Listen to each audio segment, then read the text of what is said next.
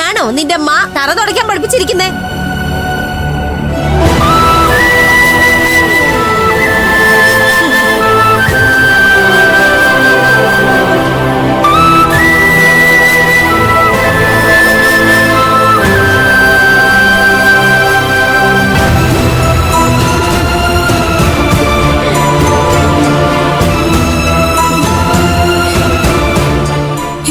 ഒരു കുഞ്ഞുണ്ട് ആന്റി. സുരക്ഷിത് പ്രസവിന് കുനിഞ്ഞും നിവർന്നും ഒക്കെ ജോലി ചെയ്യണം. കാം കരോ ബേട്ടി.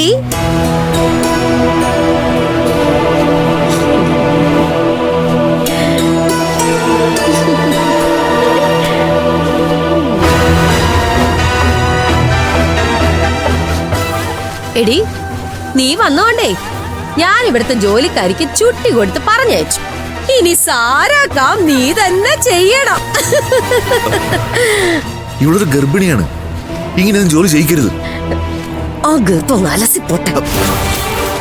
ആ ശിശു ചത്ത നമ്മുടെ പേട്ടയ്ക്കെതിരെ തെളിവുകളില്ലാതെ ആവും. ഇവളുടെ വയറ്റിലുള്ളത് നമ്മുടെ പേരക്കുട്ടിയാ ദിവ്യപ്രഭേ. പേരക്കുട്ടി? എന്റെ പേരക്കുട്ടി ജനിക്കേണ്ടത് ചൈത്ര ബേട്ടിയുടെ വയറ്റിലാ. ഈ ശിശുവിനെ നേ സ്വീകരിക്കില്ല. എടി, എന്റെ കുറച്ച് കപ്പട അലക്കാറുണ്ട്. അലക്ക് കല്ലിൽ അടിച്ചലക്കണം. ഇവിടെ വാഷിംഗ് മെഷീൻ ഉണ്ടല്ലോ, അതിൽ അലക്കിയാ പോരെ? പറ്റില്ല.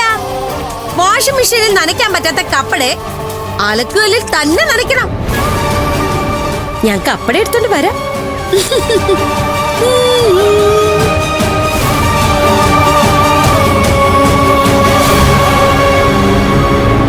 മോൾ എന്തിനാ ഇതൊക്കെ സഹിക്കുന്നത്? ഞാൻ ഇതെല്ലാം അളിയനോട് പറയട്ടെ മോളെ. SP അങ്കിൾ അറിഞ്ഞ ഇവരെയൊക്കെ വഴക്ക് പറയുമെന്ന് എനിക്കറിയാം. പക്ഷെ അങ്കിൾ ഓഫീസിൽ പോകുമ്പോ ഞാൻ വീണ്ടും ഇവിടെ തനിച്ചാവും.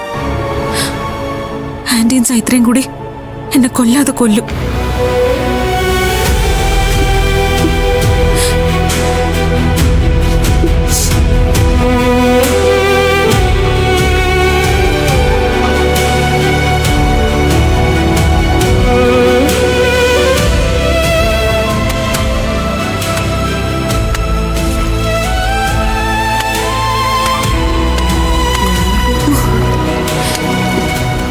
ജൽദി കരോ.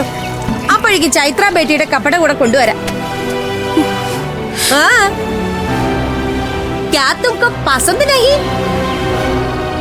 നീ എന്താടി എന്നെ നോക്കി പേടിപ്പിക്കുന്നോ?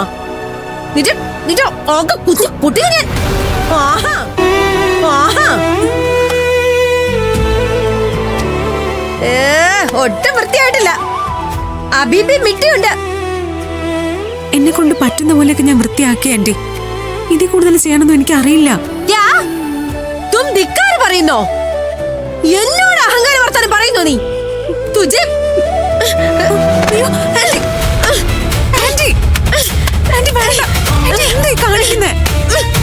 നിനക്ക് ഇത്രയ്ക്ക് അഹങ്കാരോ? ചവിട്ടല്ലേ? കാണിച്ചു തരാടി. കഴുകടിയല്ല. മര്യാദക്ക് ഈ സാരി കപ്പടയെല്ലാം വൃത്തിയാക്കിക്കോ, അല്ലെങ്കിൽ നിനക്ക് ഇവിടുന്ന് കുടിക്കാൻ പച്ച വെള്ളം പോലും തരില്ല. ആകല്ലടുക്കി.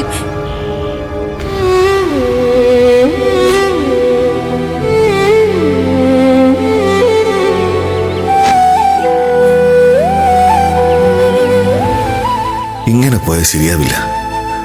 ഇതിനൊരു പരിഹാരം കണ്ടേ പറ്റൂ.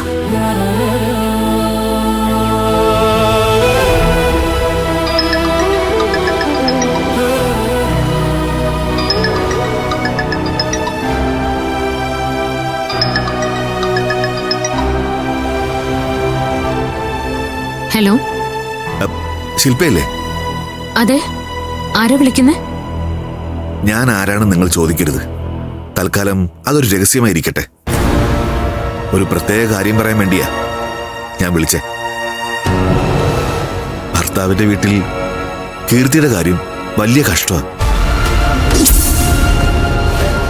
നിങ്ങൾ അവളെ ഇവിടെ നിന്ന് വിളിച്ചുകൊണ്ട് പോകുന്നതാവും നല്ലത്. കാര്യം എന്താണെന്ന് തെളിച്ചു പറയാ. അവൾക്കവിടെ എന്താ കുഴപ്പം? നിങ്ങൾ ദയവ് ചെയ്ത് ഞാൻ പറയുന്നതൊന്ന് അനുസരിക്കേ. ഇതിൽ കൂടുതൽ പറയാൻ എനിക്ക് പറ്റില്ല. അങ്കിള് പറഞ്ഞേ പറ്റൂ. അവള് അങ്കിളുടെ മരുമോളാ.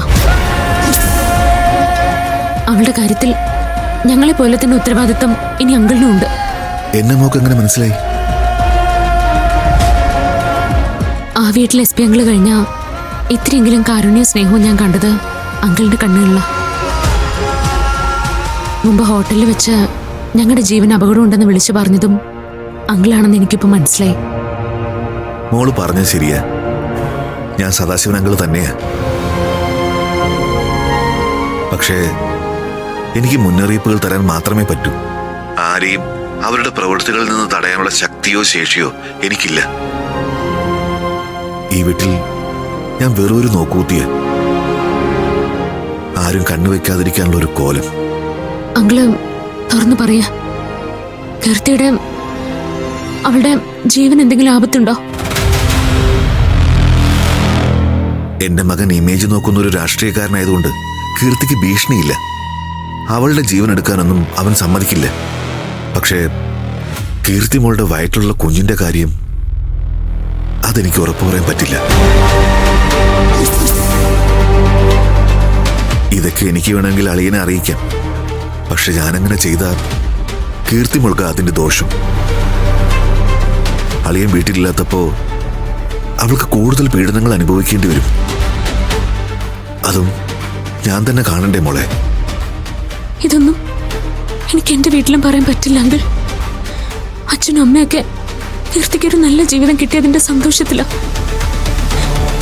അവിടുത്തെ സിറ്റുവേഷൻ അറിഞ്ഞ അവർ തകർന്നു പോവും. ഈ ഒരു വിചാരം കൊണ്ട് തന്നെ കീർത്തി മോളും എല്ലാ സങ്കടവും മനസ്സിൽ അടക്കി പിടിക്കുന്നത്.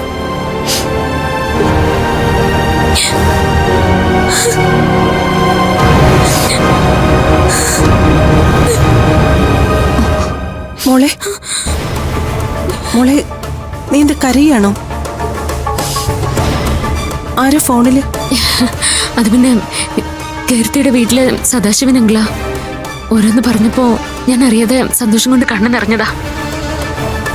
മോള് ഈ ഫോണിങ് തന്നെ, എനിക്കൊരു കാര്യം പറയാനുണ്ട്.